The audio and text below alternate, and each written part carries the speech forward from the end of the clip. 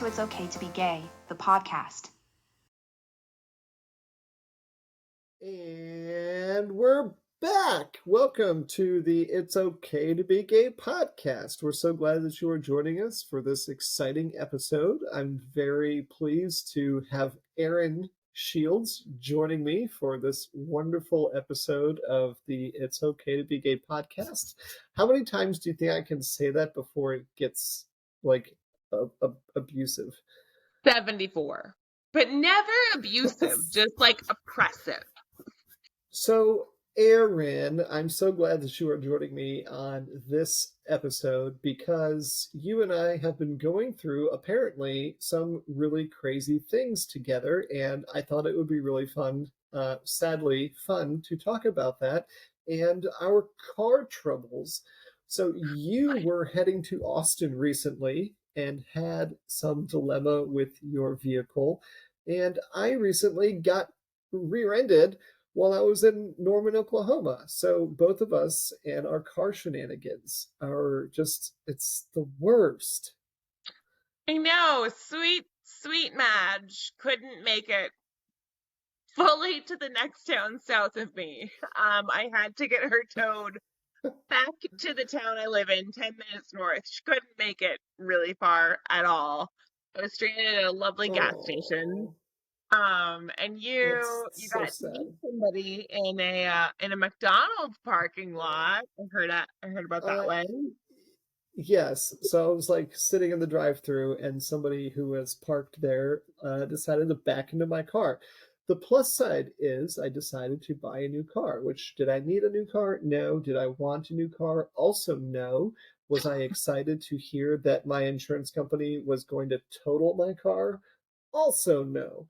And it's actually really sad because just today I went out an hour from me into the car graveyard and went and get all my stuff out of my car. There was literally like 1,500 vehicles, cars, motorcycles, RVs, etc., out parked at this place. It was the insurance automotive auction in Texas. It's out in like Fort Worth, and it was super depressing. I've been to the police department's auto pound several times, but never to the insurance auction house. That's very sad. Yeah, we're both in because like a every car was like broken down, missing a bumper, the front fender was bashed in, cars were like broken windows, they were being rained on. There was probably like 100 motorcycles out there, all in some different damaged shape or not. And it was just really sad. And I had to go say goodbye to Christoph. So it was very, very, it was a rough day to say the least. I love which is why I'm drinking now. There we go. I've got my own drinks right here too. I love that we both name our cars, and I love that both of our car naming has trends. So I always name my cars little old lady names, and you always name your cars after Disney characters, which I love. I just sweet. R.I.P. Christoph. R.I.P. Christoph. Yes. So my first car was a 19. Maybe I shouldn't say all these details because I'm pretty sure one of these is like the answer to a security question for like my 401k or something. But I won't tell the year or the make or model of my car. But my first car, his name was Timon. And then I had Maurice, which I actually still have Maurice. He's parked behind my house, and I refuse to get rid of him because he was my absolute favoriteest car of all time. Despite what your husband thinks. And yeah, well, he doesn't know anything about Maurice. He's never ridden in Maurice, so he wouldn't know. It's fine. In 5 years, he's never been in Maurice, which tells you something about the condition of that car. Anyway, but yeah, then I had Christoph, and I'm pretty sure my new car, which I just bought 2 weekends ago, went all the way to Houston to buy this car because it was the best deal within 500 miles. Thank you, cargurus.com.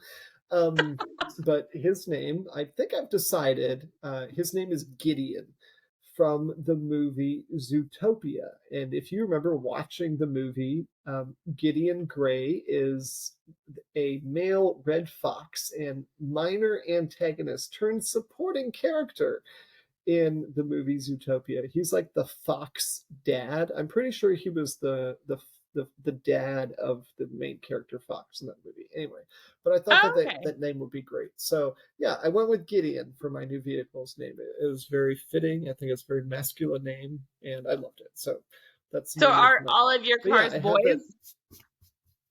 boys? Yes. They are all Okay. boys, and they are all named after Disney characters. So we had Timon, Maurice, Kristoff, and Gideon now. So I'm very pleased with the new name of my car. And my car basically drives itself on the highway and city streets. So pretty nice. It's a, Do you what's know that? what else I'm pleased with, David? I'm pleased with What's that? the It's Okay to Be Gay podcast. That's just given me pleasure lately. Oh, Because guess what? it is. That's where we are. That is right. And this is Aaron Shields. Yep. And this is David Van Attenwit, and we are both the co-hosts of the It's Okay to Be Gay podcast. And you have found another episode where we talk to another Of the friend It's in the Okay to Be community. Gay podcast. That's right. And we have one of my ex students actually on our podcast today. So, back in the day, I was a middle school teacher and then I taught high school for some period of time. And the young man who is joining us on our podcast today is one of my students from when I taught high school. I was actually his teacher when he graduated. Um, and I've had the pleasure of keeping in touch with him since he graduated. When I found out that he was part of the LGBT plus Q plus community, I reached out to him and I affirmed him, and we had quite the extensive conversation about how his life was going and all of the turmoil that he was going through in his life as a result of coming out and embracing his true self. So it's been a real treat to speak with him and to talk to him about being on our podcast and encouraging him to do so. And I'm so glad that he is going to be joining us here. Yeah, we're going to get to talk about all things coming out, and feeling accepted and making choices for who you are, and moving along with your own true authentic self. So we are so excited to welcome Corey. Aaron, this is my ex-student, Corey. And Corey, I'm so glad that you are joining us on this episode of the It's Okay to Be Gay podcast. It is such a pleasure to see you again. And I'm so glad that I was able to keep in touch with you after you graduated and gone off to do your own thing. And I'm so blessed to be able to have you here and to let you share a little bit of your story. So, Corey, just welcome. We're pleased you're here. Thank you. Thank you guys for having me. Definitely, man. So, Corey, I wanted just to delve right in because I know you're super excited to be here and you have so much story to share. There's so many things that went on in your life between last I saw you and taught you and now, and it's been quite the journey so far for you. So just for everybody out there who's listening who doesn't know your background though, why don't you just start and give us a little bit of the background of the Corey story and tell us where you were born, where you grew up, and just kind of the environment where you were raised in. David, did Okay. you plan the Corey story rhyme beforehand? I didn't, but that was really good. This is the Corey I story. caught that. I caught that. That was good. This is the Corey story. It's perfect. Yeah, so go ahead, Corey. Yeah. So I was born and raised in Dallas, Texas. I grew up in the city. And when it came to the household that I lived in, fortunately, I would say I lived in a very blessed household. My parents, they did really good for themselves. Um, and so, I got to go a lot of places, experience a lot of new things, a lot of things that people who at the time at my age, only could dream about doing something. So when it came to, my childhood and how I was raised, I loved it, and being able just to explore and see different things. Um, and so yeah, I think that's like the good part of, my backstory was just getting really to explore and getting to see different cultures and try different foods and, go different places. But yeah, I guess I'll say that's the good part. That's the good part of the beginning of this story. Right. And then it changed though, right? It changed. It changed. Yes, it did change. Spoiler alert. Right. Right. it it changed. I the relationship that I had with my parents, with my mother, it was very rocky. It was very on and off, and even when I came out to her, when I first told her that I was gay, it was almost like the end of the world to her. It was she looked at me with it was the face like of disgust, and I remember when I told her. Yeah, I remember when I told her it. We were sitting at a sushi restaurant, and I was scared to tell my mother because my mother grew up in a very Christian household. So she Hmm. was she was very religious, and she every Sunday it was church. It was church every Sunday. But so I remember I was sitting to her and I was talking to her at dinner, and I remember telling her, I was like, "Mom, I think I'm gay." And all, I remember the only thing I remember, she was sitting there and she texted my father, and I remember seeing the text, and it was like, "Call me, it's an emergency." And ever Wow. since, ever since that specific memory has always been etched in my mind. Now I've grew upon that because I'm a completely different person than who I was back then. But it's still one of those core memories that I'm just like, damn, like it's I don't really have that support from her. So yeah. Right. So, and I know that your parents that you're talking about now are not your birth parents either. No, yeah. So I know that. So I have my biological parent, I have my adoptive parents, and then I have my step parent. Right. And so most everything that happened, me being gay and me coming out, that majority happened with my adopted parents. Right. They were, they that was that's kind of when all this went down. And then a little bit when my parents got divorced and then they got remarried as well. Right. And it was very surprising when, I mean, this was after you had graduated and I wasn't your teacher anymore, and we were just kind of keeping in touch here and there. And I saw something on social media or something on Facebook, and it was like, oh, Corey Lawrence, really? Like, I was like, oh, shoot.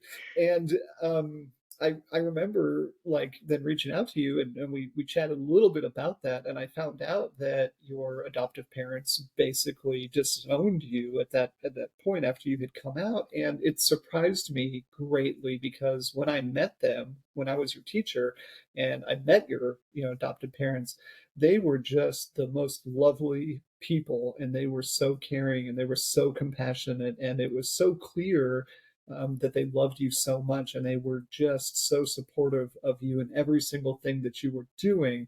And so when I heard that that was no longer the case, my heart broke for you because I know that that was such just, I can't even imagine the difficult time. But yeah, so I didn't want to interrupt too much of your Yeah, backstory no, and the no. background and everything, but that just came to my mind and I wanted to share that. Like, it shocked me greatly to hear that, and I was just so saddened for you. So that was like a shock to my N- system.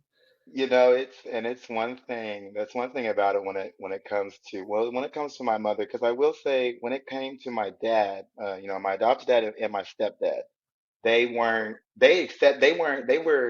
accepting of it. It was mostly my mother who was just there was just it was just wrong in her eyes. Hmm. And there were at times before I graduated. I mean, she did support me, and like, because before the pandemic I was an actor. I did a lot of shows, and I was with the talent agency, and she supported me in that when it came to what I wanted to do. But when it came to Corey being Corey, me being Mm-hmm. me, and me expressing myself, she had an issue with that. And I think Mhm. one of the issues is because in my mind, I think it hurt her public image of, who she was in, because, with my mom, they have their own business. So they do a lot of work in the city.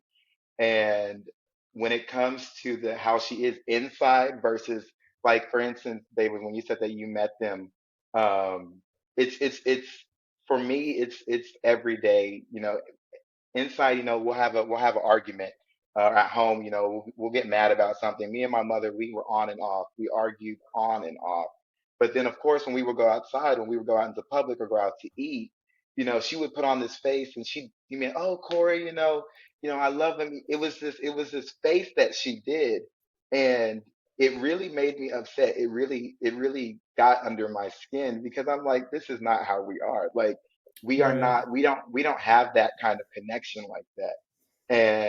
And so now that I'm older and now that I'm on my own, I have a lot of people who are her friends who come in, who, they're, try to say, hey, Corey, how are you doing? And I let them know. I keep it real. I let them know how I'm doing. And so it's a lot of people are shocked that I really don't have that. Well, a lot of family members of mine are shocked I don't have that connection with my mom. But it is what it is at today. Right. Question. Right on. I have a question from Okay. the ally perspective. I mean, David and Corey, do you guys feel like a lot of when y'all came out? I mean, do you feel like that was that as a parent, adoptive or bio, regardless, like as a parent, parents have this plan for their children. Mm-hmm. And unless they consider the full range of orientations, their plan is, oh, my male son is going to be married to a woman, and they're going to get married, and they're going to have babies, and that's the perspective that I need to keep up.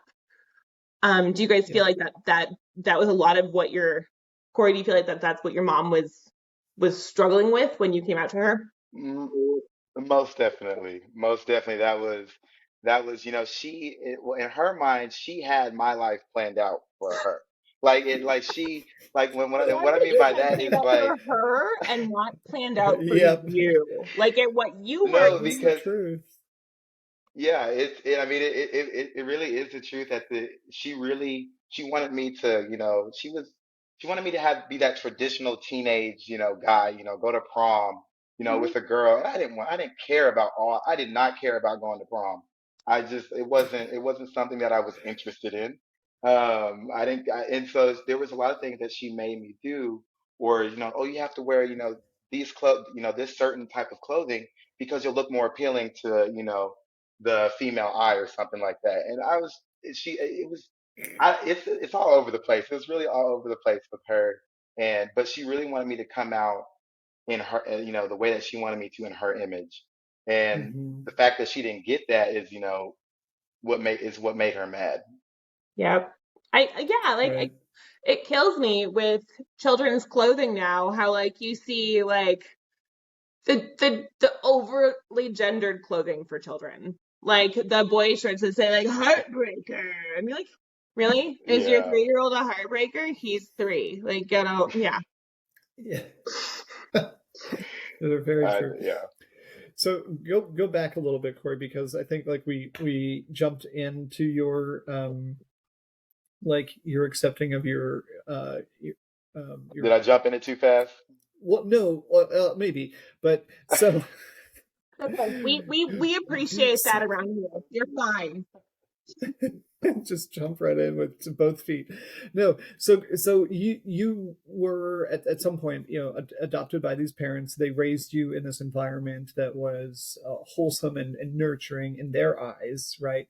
And at what Right. point, go back a little bit in your story. So at what point were you maybe aware that you were not exactly who they were hoping that you were going to turn out to be? Like, at what point were you like, oh At one shoot, I point, did I think I'm realize that I gay? was that I was different. Well, that you were quote unquote different, yeah, because whatever Yeah, different means these days.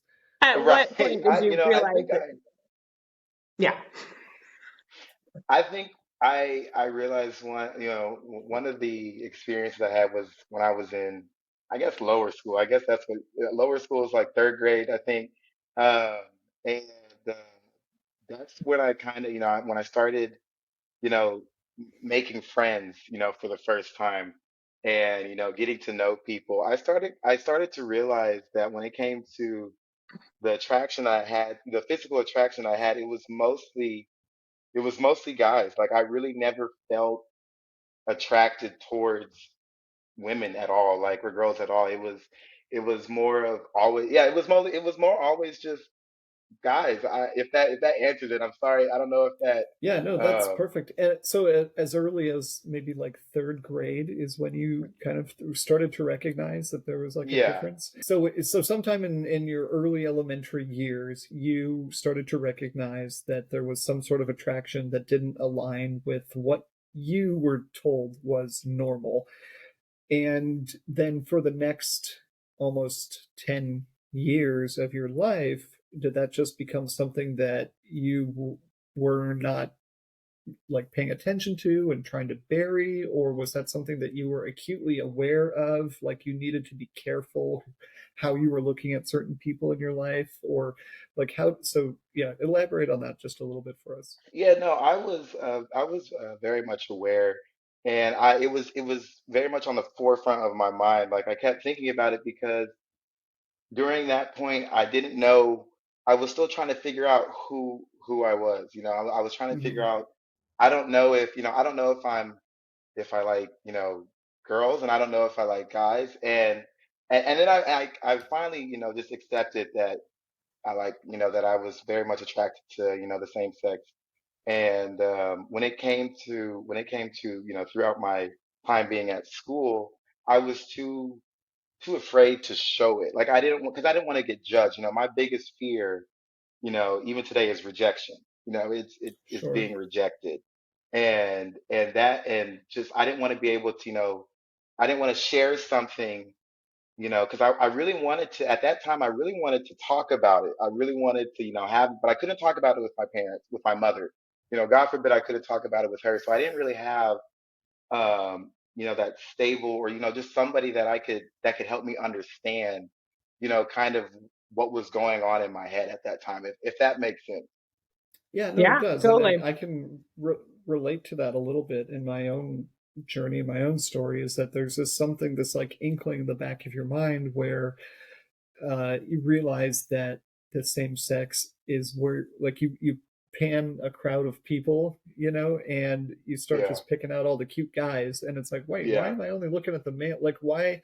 There's 100 people out here. Half of them are women, half of them are men, but I'm only seeing the guys that are standing out there, and I'm only seeing the guys that, in my eyes, like are attractive in a certain way. yeah, Um, I remember like being, and this is sort of embarrassing, but it's part of who I am, who I was, who I still am. But like going to church, and I would look around the congregation of people, and I was noticing that like I basically like didn't see the females. It was like I knew they were there, and it yeah, registered that there was like a body there, but it was like like a Terminator, it was like target, like the not targets, like they just don't show up. yeah. It's like target acquired, I'd be like, oh, that guy's kind of cute, or oh, and whatever. Meanwhile, I was But yeah, carrying a list of dudes I had a crush on in my bra. So to each their own, Aaron. I That's felt like awesome. putting it in my bra would be like keeping it close to my heart, and I could like think about like which one I wanted to like go for. No, I was That's like awesome. really weirdly stalkery at that point in time in my life. So That's phenomenal. So part of your upbringing too, Corey, you're ridiculous. I know that you had a stint in like a military school. Where, how did that come along? Like, so my question, I guess, I'm asking this in a very indirect manner. Let me be more direct. Like, how did you get yourself sent to military school? Uh, you know, well, that's crazy because I talk about my experience, but I never really talk about how did you get sent there.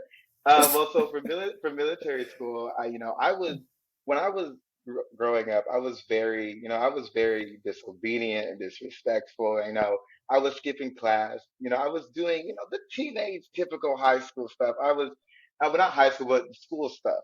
And Yep, yep. so I remember one day my mother, she told me what they do is for especially when it came to military school, they didn't tell me that I was going to go. They just they were like, oh, we're going on a plane. And I was like, okay. And they told me, I was like, you're going to be going to Fort Union Military School. That's the name of it, or FUMA for short. And That's how I got sent. But basically, when it came to boarding school, the relationship with my mother, that's a majority of where boarding school started, treatment, all the other. So it was mostly the relationship that I had with her, and she really just thought that there was something wrong with me to the point where I needed extra help, and maybe sending me to a military school, might have, was going to change that. And, I don't think I ever told you this, David, but I never even lasted the whole year at that school. I ended up getting kicked out. Um, So, so I did not know that. That's really funny. And I think I remember talking about this like in class at some point, like why you wound up there and everything else. But I just thought it'd be interesting. yeah. And so I know that there was like these behavioral issues which motivated like your mom to send you there. Do you think that there might have been some like underlying suspicion also that you might have been gay that motivated her to send, or do you think she was Most, totally clueless? no, most definitely. I think she knew. I think that me being gay Interesting. on top of all of the other stuff that I was doing. And it's crazy because, first of all, here she goes, sends me to a all military school, which is an all boys school. Right. And I can tell you probably honestly that's where I had my gay awakening. I think that because I was surrounded by just a whole bunch of guys, and I was not used to that. I was not used to Hmm. being in a school where it was just guys. And so when I started there, it was very weird. And there were times in the bathroom where I was just looking at guys because it was like a big open shower stall. There Yeah, was no yeah, privacy there. right. Um, and so yeah, That's great. that's yeah, that's probably We are where all enjoying this moment with you, just FYI. I So one of the people that we just interviewed for the podcast, who his episode has not come out yet, will be coming soon.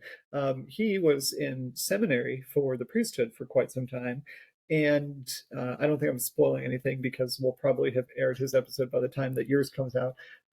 But he talks about where that was the first moment, like he fell in love with another seminarian in seminary, and that like shaped his sexual awakening or his sexual right, awareness. So it's kind of interesting or maybe ironic that like your mom maybe in the back of her mind like had this idea or this thought that your sexuality was something in jeopardy in her mind as well that needed to be addressed or taken care of, and then she sends you to an all boy yeah, military yeah, school. It's like, yeah, oh, what are you doing? Oh my god, it's like throwing a bee into a field of poppies. Like, I don't know, do they literally. pollinate poppies? Aaron, But go. But so, this is like throwing a bee into a field of yeah, yeah, sunflowers. I have seen many bees in poppies. In fact, here's a fun fact. Okay, To like okay. take us right hand turn away from your story, Clay. So I used to work in a public garden, and I would take kids on tours through gardens, and it's a garden, so there's bees, and I would tell kids like, guys, bees are chill, like they are fine. This is like the sweetest stuff they can find. You're fine. Like you could totally pet a bee. Don't pet a bee, but you could. So we're out in the garden, and this kid's I like, Miss, you're right. I'm like, what do you I mean I'm right? pet And the kid's bees like, all the time. I'm petting a bee, and he's fine. I'm like, stop petting the bee. I didn't actually mean for you to pet the bee. But I again, love it. No, bees are my favorite insect Oh of all my time, God. and I've pet many a bee before. So yes. Okay. So Corey, back to you because that's really why we're here. But I love that we got hijacked by a bee story. We should just have a whole episode about bees because that would make my day. Um, yeah, so you go to boarding school, you get your other issues, whatever they might have been, worked out. You come back to Dallas, and somehow you wind up at this very small private school that I was teaching at, which was a Christian-based private school. We were not a Christian school by any means, but everybody there was Christian. And had they known that I was gay, all of them would have burst into flames, and the whole school would have burned down, I'm I sure. knew. I knew like right, like I think the first day I was like, okay, Yeah, Huh? I think I did that pretty well. I know it was unfortunate that So I had wait, to, or hold on. felt I like have I a had to, but question. Is gaydar okay? So I okay. have the worst gaydar. Like list of men I've fallen for. Gay men are they're like 7 out of the top 10 men I've fallen for. Corey, so Corey, you had your gaydar on David at that point in time. Yes. Let me tell you, my gaydar it's never wrong. It's never Oh, wrong. okay, okay. We need a okay. I list after this for any man that I like have an interest in the future. Yeah, just invite Corey over for coffee and let them meet your future date, and then he'll be like, no, no, no, no, no. Okay, like no. so so I fall during for a man during who is your oh, sorry. Go ahead, David. Go. Sorry. we'll talk about you later, Aaron. Yeah, I know. No. This is not me. This is the Corey story. There you go, the Corey story. So during your time at the high school that I was teaching at, were you there for 2 years with us or 1 year? I don't remember. I think it was I just your believe senior year. no, I believe no, because I remember I had left boarding school when I was in high school in Utah, and then I came Okay. back and did my last year. Yeah, so it was only 1 year. I did my last year at Willowbrook. Okay. Yeah. I remember that. Okay. So, and I know during that time, like you went out and got a contract for acting, and you were starting to be very involved in pursuing like a legitimate acting career. And so, where so continue kind of, I guess, on your story. We're trying to do this like linearly, but like I think we keep getting sidetracked, which is great. Linearly, It's all David. part You of the lost a syllable there. linearly. No, No, I didn't. You just didn't hear it. linearly. It must have not come through. Linearly. I just put it No, all together. no, no, Watch the linearly. no. Still no. Still no. Linearly. No. Linearly. Did I add Literally. one? Linear. Okay. Like think linear, like Anyway, a line, and then add "ly" to it, like linear. linearly. Yeah, linearly. You're just not hearing it. It's there. So carry us on, Corey, in your story, your journey. So your senior year of high school, you graduated early too, right? It wasn't I just in did. I May. remember. I remember. Yeah. I had gotten my work finished. I think a month or 2 months early before graduation. You're welcome. And thank you, thank you. You're welcome. Uh, How many free yes. test grades did I give you? I don't even remember. Oh, gosh. That was such a joke. No, it wasn't. It was a great school. Everybody should go there. Oh wait, it's closed. It's closed. Yeah. So your story. So after high school, you graduated. You started working pretty much right after you graduated. What were you doing initially? Uh, well, I mean, I was working even, through before I graduated. I know during that Oh, that's time it right. was, yeah, during that time it was actually it was kind of hard because before I graduated, my parents had actually kicked me out. Uh, before I think it was 2 weeks, or I think it was 2 or 3 weeks before graduation, before the ceremony, my parents had kicked me out. So Hmm. I was staying with my grandmother. I remember I stayed in my car for 3 days. And at the time I was working two jobs. Oh I was Lord. working as a host at a restaurant, and then I was also working at an ice cream shop in Dallas. Okay. And So so why did your go parents ahead. kick you out again? So I think it was a mix. My mother had really gotten fed up. I think, I started, smoking, and I was drinking, and I wasn't paying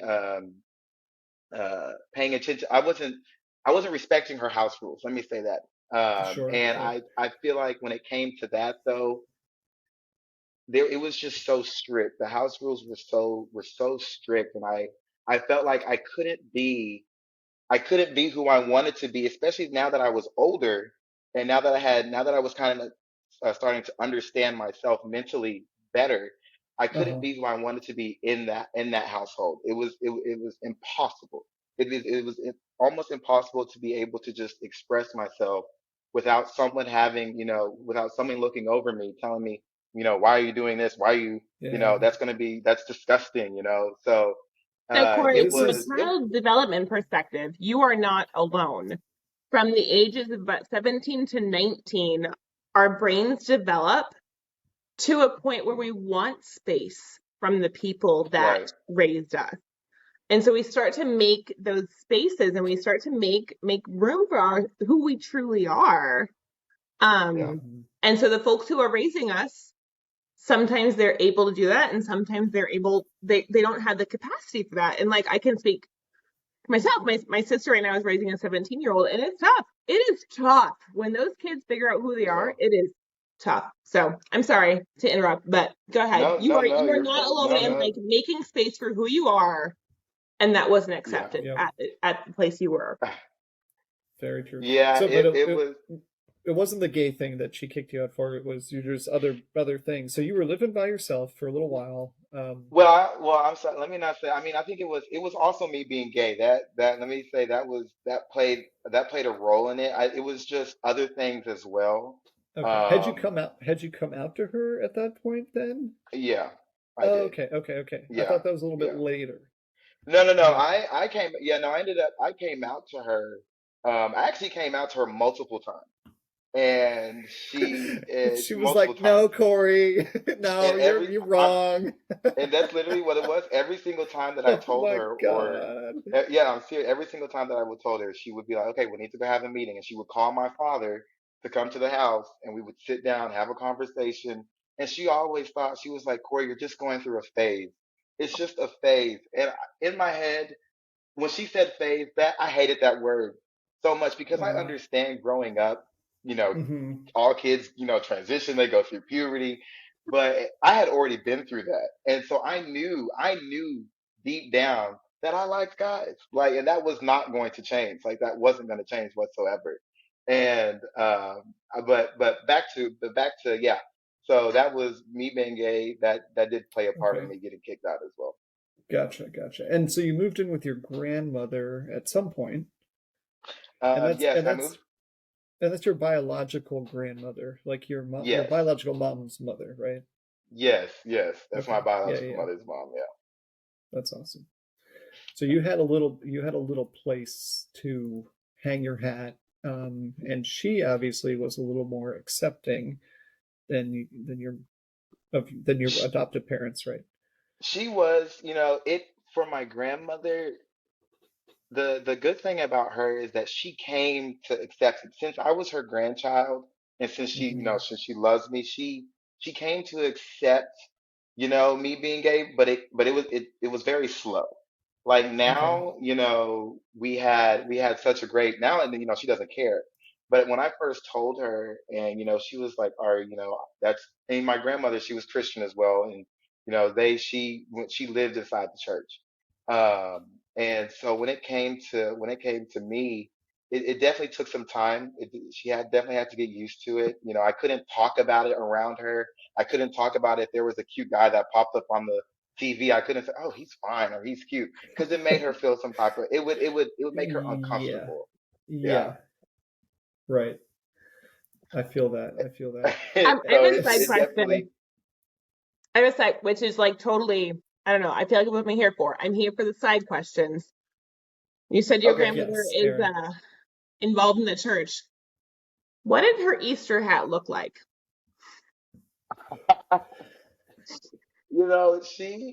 She always had the biggest extravagant.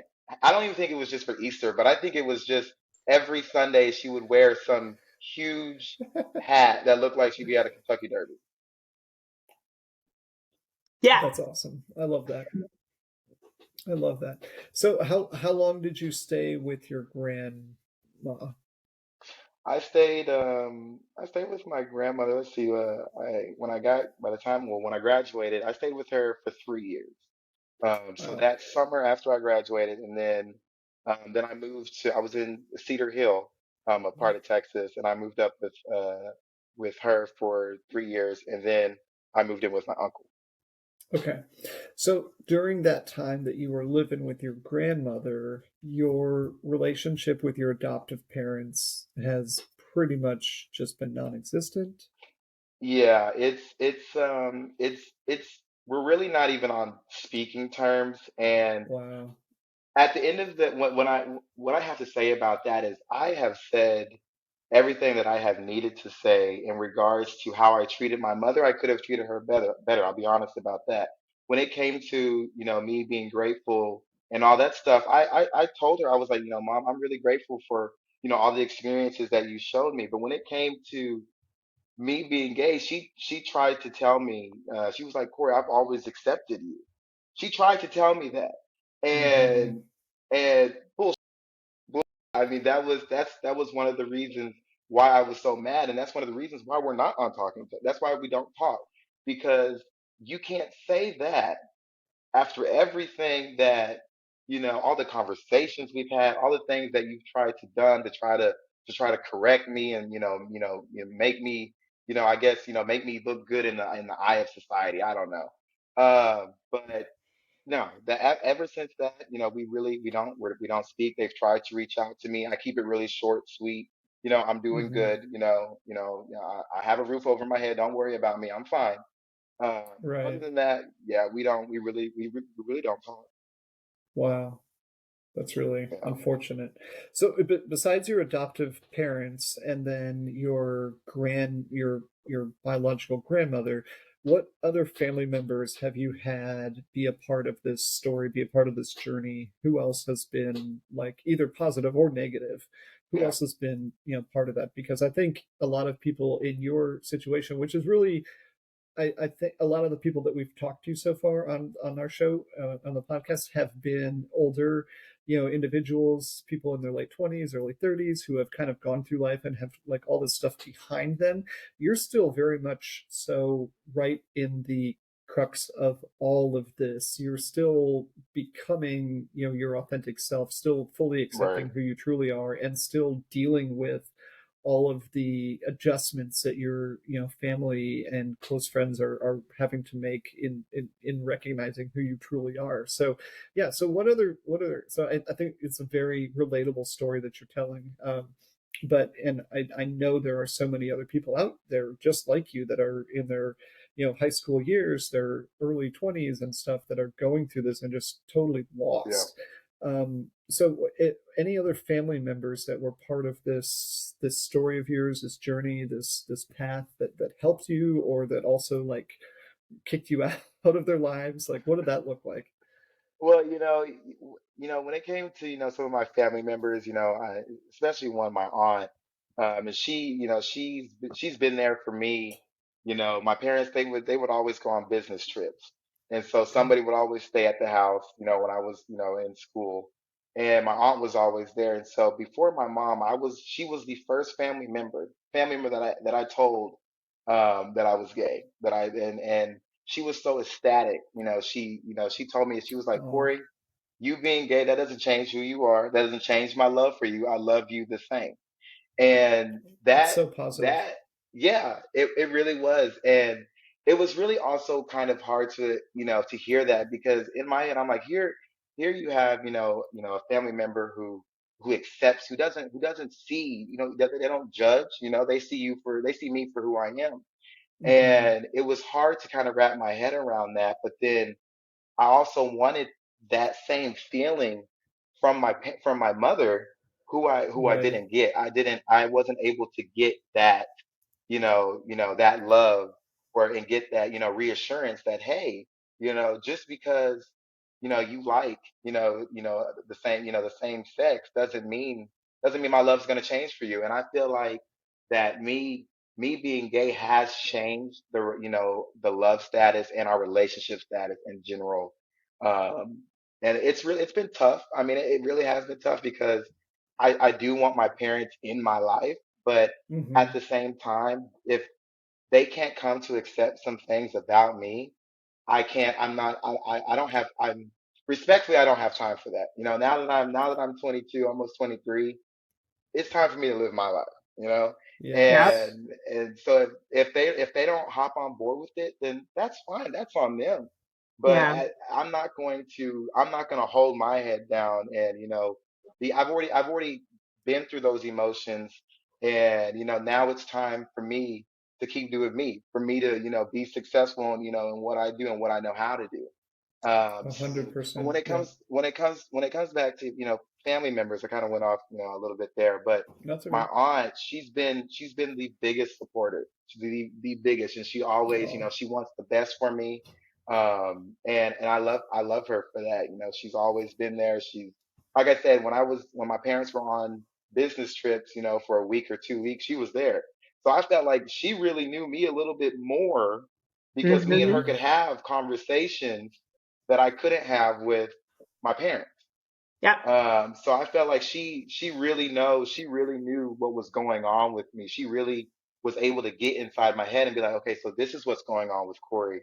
Um, but yeah, I love her, and she has definitely helped me out, and she's given me a lot of advice. Even dealing with my parents, because her and my parents, they had a great relationship, and Hmm. but when it came to me, and she knew that when it came to my mother, that, oh, there's going to be some things that she won't be able to accept. Um, Right. so she helped get me through that, those struggles, those hurdles. And yeah, yeah, I love her to death. I appreciate her so much. I That's think that phenomenal. brings up the Everybody really needs somebody important like that. fact of chosen family, and that sometimes your family doesn't accept who you are, and you are forced to find your own family. And I love, Corey, that your chosen family and your true family kind of intersect with your aunt. I love that intersection. I love it for you. It's really it And makes me so yeah, happy that you have somebody you've known for a while who knows who you truly are. And I love that. That makes me happy. That's really neat. I actually dated a guy early on in my kind of sexual awakening, I guess. And one of the things that we talked about at some point in our, you know, early, month long or so relationship was he was like, yeah, I don't talk to my family anymore. And I'm like, whoa, what? How is that possible? And what he told me was, he was like, yeah, when I told them that I was gay, they basically shunned me and they told me that this was wrong and I needed a change. And he was like, I was like, you know what? I will go have a new family. I will make new friends and move on because if you're not willing to accept who I truly am, then I don't want to be in your life anymore and I don't want you to be a part of my life. And in right, in hindsight, like I'm so close with my family. I think my mom is still developing an acceptance of the fact that I am gay and that I'm married and that my life is going where I am. So she's still working it all out, but everyone else in my family has come around and has appreciated me and has supported me and has recognized this okay. And so in my life, like I guess I was lucky enough that like I didn't have to disown my family in a way. And as close as I am with my family, I don't think I could ever actually do that. I would rather like go back in the closet to like still have the love of my family than to um, lose them. And so yeah, in my mind, like that's just how I think about things. But other people in their life have made decisions and have had and made choices and have had decisions made for them. And I think that I mean, obviously there's everybody's life is different and everybody looks at things differently and there's no right or wrong way to do a lot of any of this stuff. But I think it's remarkable that some people are able to say like, look, you are toxic, you are not good in my life, and if you don't love me the way that I need to be loved and treat me the way that I need to be treated, I'm going to go find somebody else who does because that's what I need in my life. And if you can't be that, then you can no longer be in my life. And it's I think it's very telling to your character and your future that you have set up that boundary with your adoptive parents and said, like, look, like, we don't need to talk anymore. If you don't appreciate who I am and recognize my authentic self, then I don't need you in my life. And until you're willing to come around and actually appreciate me and love me Exactly. as your son, then I don't need you in my life. So I applaud you for getting to where you are in this early part of your, your being. So good job, man. Thank you. And who knows, maybe in the future, I will have that relationship with, with my mom. Because it's more specifically, I say my parents, but it's really just my mother. Like I said, Yeah. when it came to my dad, or my stepdad and my adopted dad, they had LGBTQ friends, and it's really even crazier. Is my mom she has her sister is a part of the LGBTQ community, Wow. and I think there was something that happened that maybe in her during her life that she stopped accepting it maybe, and she just didn't like the fact that her child was, you know, was going to be a part of that community. So Corey, what I was going to say is that I think in your early story, or earlier on in what you're sharing, you mentioned that when you came out, your mother was you thought maybe like embarrassed, or she felt like she was going to look bad. And I think that that is the case with a lot of, I want to say, like the old guard, but your mom's not even that old, so it's not like the baby boomer generation. It's like one generation further in from that at this point. But they have this like perception that there's still in their mind still something wrong with being gay, and if people found out that she had raised a gay son, 100% that would make her look bad, and she couldn't have that. I know in my instance, and I know still that I actually haven't like sat down with myself to do an interview for the It's Okay to Be Gay podcast. It's coming, folks. Hang in there. We'll get to it.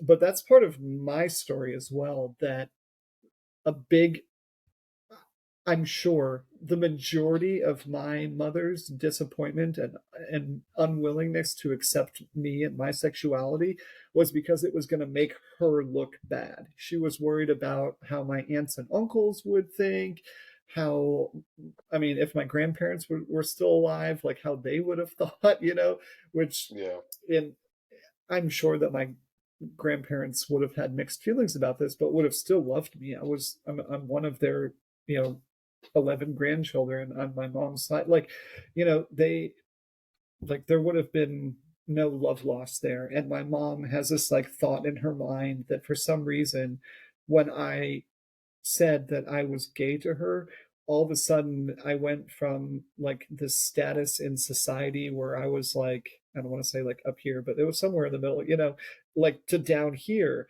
And in her mind, and I like your mom and my mom probably had the same idea that like this was devastating because of how it would make them look.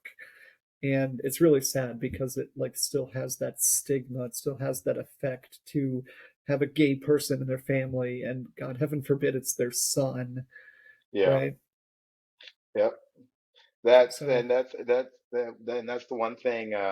Like I said, with my mother is I couldn't, with her it was I had to talk a certain way, dress a certain way, mhm. I had to walk with a straight back, so it was really hard. Like it was I couldn't, I couldn't express myself in front of in front of Yeah, her friends because yeah, she, of course, she would be looked at a certain kind of way and it'd make her uncomfortable. yeah. Um, I remember when you came to our school, to like maybe interview or to check it out or something. And like I met you and your parents at that time, and then I had many other interactions with your parents after that. But I remember meeting you for the first time, and I was like, who is this hoity-toity, snooty little black boy walking up in our school thinking that he is better than everybody else? Because that is Oh my exactly the persona gosh. that you came in with, which I'm not hating on you in any means. You know I love you. Yes, But yeah, yes. you came in and you were very prim and proper, and you were very like put together and well presented, and you spoke mostly eloquently, to the adults, and you were so respectful. And then as I got to know you, I was like, oh, here's the real Corey. Here's the real Oh, Corey. Exactly, exactly. There's Here's always someone who's that. hiding.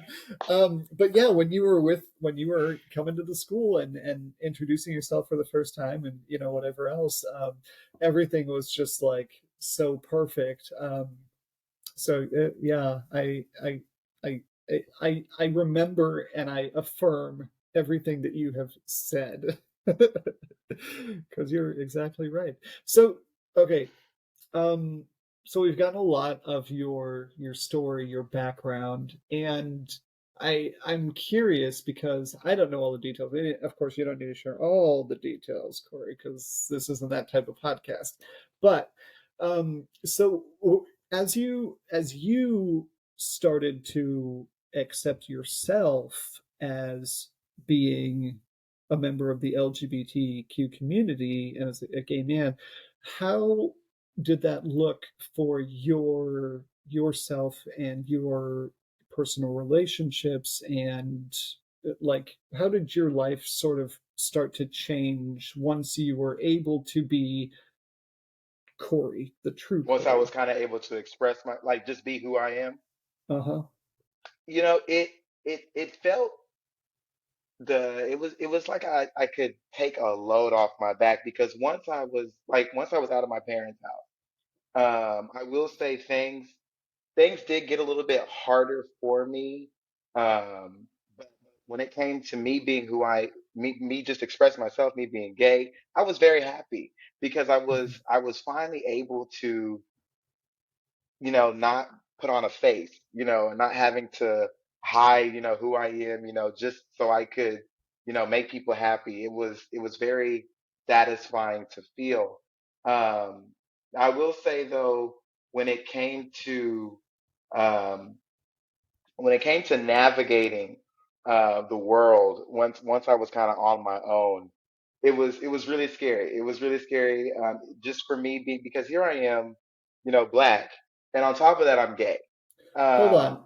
You're black? No, I'm just kidding. well, and that brings up the interesting point about Whoa, whoa, whoa, whoa, whoa, whoa, whoa. If you're listening to this on Spotify or Amazon Music or Google Play podcast or something, go check out the YouTube video because you need to confirm with your own eyes that Corey is in fact. or we I'm just just trust playing. Corey. Um, no, but it brings up an interesting point. I was thinking about earlier about code switching, and that like the code switching exists. Like there's language you use at different points in Mhm. time in your life, and with your family, did you feel the need to code switch with your mom to like I to pretend that you weren't Yes. like you weren't attracted to you were attracted to? I don't know. I don't know. I don't know. yeah, yes, yeah, no, the code switching. That's the word for it. And So yes, with my mom, when it came to me being in, with my parents, I had to, I couldn't be flamboyant because at the time, I mean, I'm still flamboyant now, don't get me wrong, but at the time I was a little bit more, so I could do it in front of my friends when I was with my friends, of course, when you're with your friends, you're more comfortable because, they kind of, they get you, they understand you. I mean, and so I was, walking with my hips and, and doing, and, speaking, just being dramatic with how I spoke. But when it came to my mom, and I would have to switch it up instantly because I knew she would feel some type of way, about me, I guess, acting different. She just wanted me to talk right, just walk. I don't know how to explain it, but she just wanted me to be straight, I guess. I don't know. Yeah, I don't. Yeah, that's if that's. I yeah, think that's the best way I can explain it. Yeah, that and totally as a makes straight person, sense. I've never had to experience that, like pretending to be. I've never had to cut a portion of who I am off.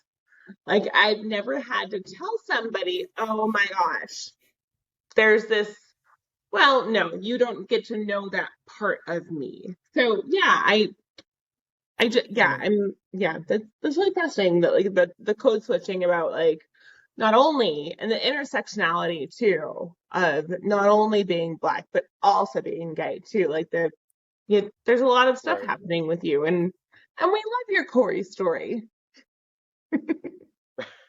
the Corey story. It's been great so far. Right, it's all over the place. I love it. Yeah, Aaron, when you're talking about code switching, I think that that defines like those two words. And I've really, I guess, I should probably think about this stuff more often, but I'm just so caught up in all the things I do. I don't actually think about any of these things. But that probably defines my like mid to late 20s code switching. Like, yes, 100%. And it's unfortunate, it's sad, that like we get stuck like leading this double life basically, and for like this group of people this is like the David that they see, and then this group of people this is the David that they see, and then there's like a secret group of people who get to see this David, and that's actually the authentic David that runs around in the shadows, that nobody knows or talks about because he doesn't actually exist. He's secret David. But yeah, I think it's been like, Corey, I know that you, once you started living your authentic life, like you had a boyfriend for a little while and you were like embracing this side of you. And I think that's really remarkable that like there's been this transformation in your life, so to speak, that has gotten you to the point where you are right now. Oh yeah, it's it's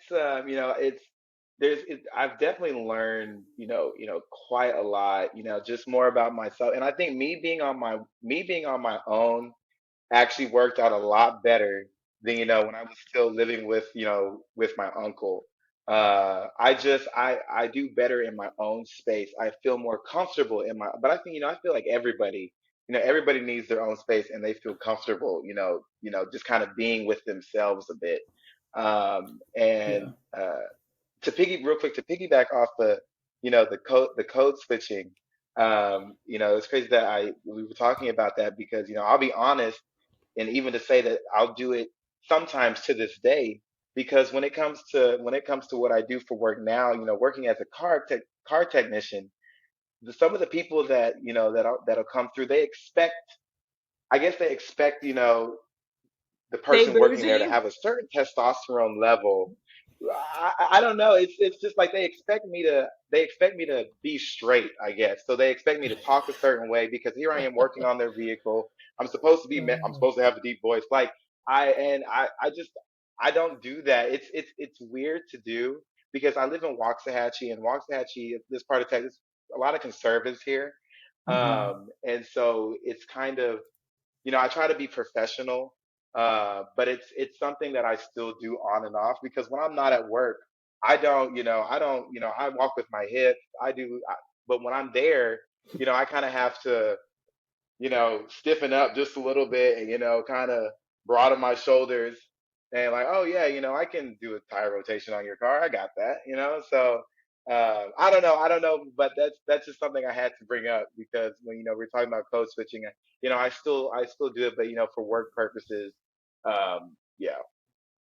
When is the Yeah, it's day going to interesting. And be when we can all live our authentic selves all day? yes. Oh my God, Aaron, we're the same person like all the Yeah. time. That's exactly what I was about to say is like at some point I like my my desire, my hope for our quote unquote our people, Corey, is that like we won't need to live this double persona because and I'm not trying necessarily with this podcast to change people's minds. I Right. know that people are so stubborn and pigheaded in their like thought process about this awareness of the LGBTQ community and accepting our culture and our peoples who are part of this group, that there's so many people that are never going to change their mind, and it's fine. Go be who Right. you want to be, and think the way you want to think, and just leave me alone.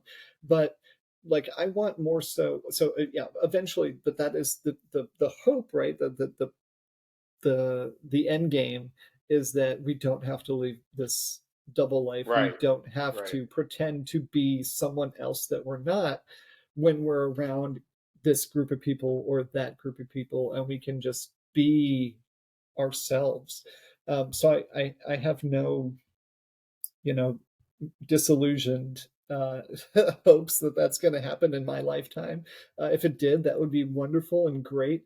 I mean, as a black person, Corey, like you are still fighting the minority battle, which I mean, the African American population in our country has had quote unquote equal rights for how many decades now, and you and your population Bullshit. still not, yeah, like you are still not recognized, you are still not Yeah. treated as equals. And Aaron, your your female group also has quote unquote had equal rights for No, how we many haven't. It decades, and still hasn't been passed, but you are still FYI. not. Nope, hasn't been passed. We are Oh, still waiting for that. so so I mean, but yeah, so there's this like um this sad like disequality that we live in our world and in this wonderful country that we are a part of. And some days I want to say like unfortunately, but honestly I don't know where to go that it would be better, so I don't even try to like imagine someplace, because whatever. That's a whole nother podcast, we don't do that here. But yeah, it's crazy to me that we can't just become aware of our sexuality and then just be ourselves, right? Like for me, it was probably sometime in junior high, and then that just died to itself until I was in my 30s. Like seriously. So for you, as a young person in your late teens and early 20s, to embrace this part of yourself and to start living this part of your life that is your authentic and true self, like I applaud you. And I love you that you have been able to do that, because like I wasn't able to do that in my mind. That was not an option for me growing up. So I'm a little jealous because you got like 10 years on me in terms of like being your true self and living your true self. So it's really remarkable. Yeah, Yeah, thank you. When it yeah, like, yeah. yeah, I'm still, I'm still, making strides, to this day, because at the end of the day, I don't want to care about what people think. I mean, I don't, and to this day, I don't care about what people think. It's just, everybody has their own opinion about something. And I feel like you're gonna have people that are judged, but I think at the end of the day, you just have to live your life. At the end of the day, I have to live my life, and you're gonna have Right on. people that are gonna try and stop you. And but that's life. That's honestly life. You're gonna have people who are gonna talk down and and tell you that you can't make it. So I'm staying strong. That's good. That's awesome. That's all you can do. And that kind of bleeds a little bit into my next request, which was if you had a chance to offer any sort of advice or insight to another person who was going through the same thing that you went through when you were a late teenager, junior high student, high schooler, whatever, somebody out there who might have just stumbled upon our podcast and be listening right now. What is there any advice or words of wisdom or something that you wish you had known back then that you could impart to these people who are out there listening right now? I will say is that when it comes to at the end of the day, you're in your life, you're gonna have people as a child, you're gonna have, whether if your parents, don't accept you, or if they do accept you, great. But if they don't accept you, know that at the end of the day, it's your life. It's your life. You have control over. No one else can control your life. Whether when it comes to, here's my thing. You have people in your life that are like a tree, and one a good friend of mine told me this, and so I like to use this. I like to use it because I think it helps explain a little better. But for instance, so you have the tree, so you have the people who are like the leaves on that tree, right? You have them; they're there for a little bit, and then something happens and they fall off, you know. And then you have the people who are the branch, who are like they act like the branch of that tree. They're there for you, they're supporting you. But then when it gets rough just a little bit, that branch snaps off. Now, but you have the trunk, the base of that tree. That's the people that you want to keep around you. Those are the people that are going to always be there. They're going to support you. They're not going anywhere. They're not going to go anywhere without you. They're going to be there Mhm. for you. So, my advice is, when it gets tough, keep your head up and just make sure that you surround yourself with people who are going to love you for you, not, and don't surround yourself with where you have to put on a two-face. Don't do that. But that would be my advice. Sorry, I kind of went a little bit off a little bit off there. No, that's beautiful. That's perfect. And I think those are such wise words, Corey. And in the little bit of time that I knew you as your teacher, and in the several years, having kept in touch with you here and there afterwards, you're going to go off to do wonderful and great things. And it's been, I know, a struggle for you. And land on your feet, though, is one of the things you're going to excel at. And becoming just such a, a font of wisdom is near in your future. So this has been so informational and so motivating. I think, and everybody who hears your story it's going to resonate inside them because it's so relatable, it's so real, it's so tactile. And yeah, you had all these weird outliers like adoptive parents and living with a grandma, Right. whatever else, but it's the same it's the same journey and it's the same path, and you've come out on this other side of it, and you're doing so well for yourself, and it's really a treat, I think, to get to hear that. So I'm very grateful to first of all have taught you, second of all to know you, and third of all to just be able to keep in touch with you and be your friend. And I know that having been able to hear this extended part of your story and your journey is also just such a treat. So Yeah, thank you so much. I don't think we've ever, gotten this deep, David. I don't think. I don't Yeah, think. no, it's great, Yeah, man, and I love it. I'm just so grateful, and I'm glad that we were able to connect like this. It was I wonderful. am. I'm ecstatic. So Thank you so much. You know, I, my pronouns is I. Yeah, he him. It's mostly him, but sometimes it's they them, they and them. That's what my pronouns would be. If I'm Yeah, it would be they and them. awesome, man. Can you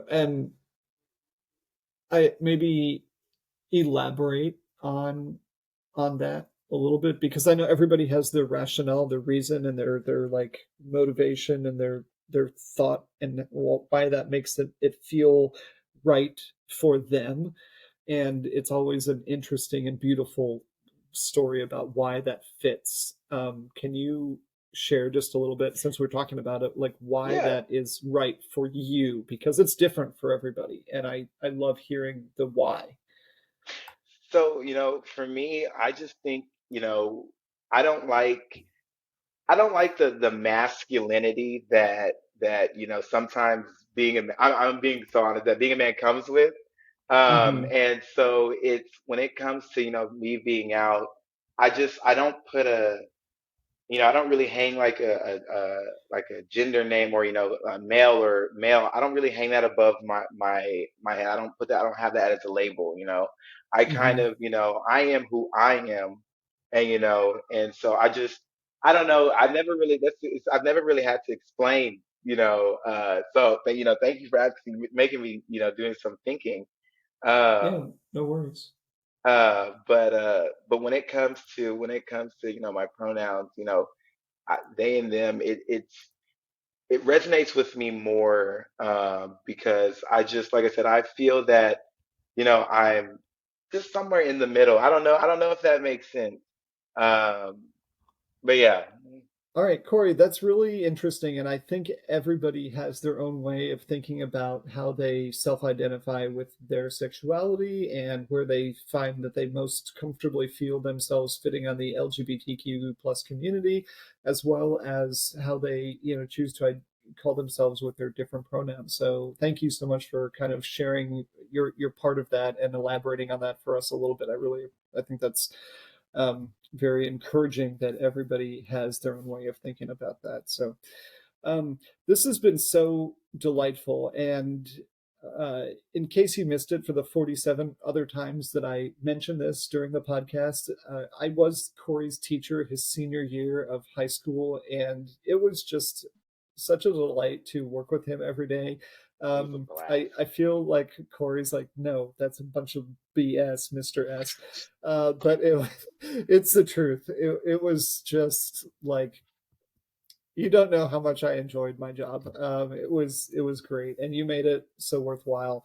And I'm just so grateful to have been able to keep in touch with you and to have you on this episode and to have you share in telling your story to our listeners. So, Corey, thank you genuinely from my heart so much for being so open and being so willing to expose yourself and to be so deep with us. So very grateful for all of that. Thank you. Yep, Thank you. Corey, thank you so much. I've never met somebody I want to give a hug to so quickly, but Right? I want to That's hug Corey. you. So Exactly. thank That you. is Thank you. We 100% appreciate you Corey. being open and honest. It's great. So, for myself, Aaron, and Corey, for all of our listeners out there, we appreciate you being here. I want you to know how much you are recognized, appreciated, and loved. Thank you for joining us on this episode of the It's Okay to Be Gay podcast, and we will see you next Wednesday with another extraordinary story. You all have a great rest of your day. Bye. Bye. Bye.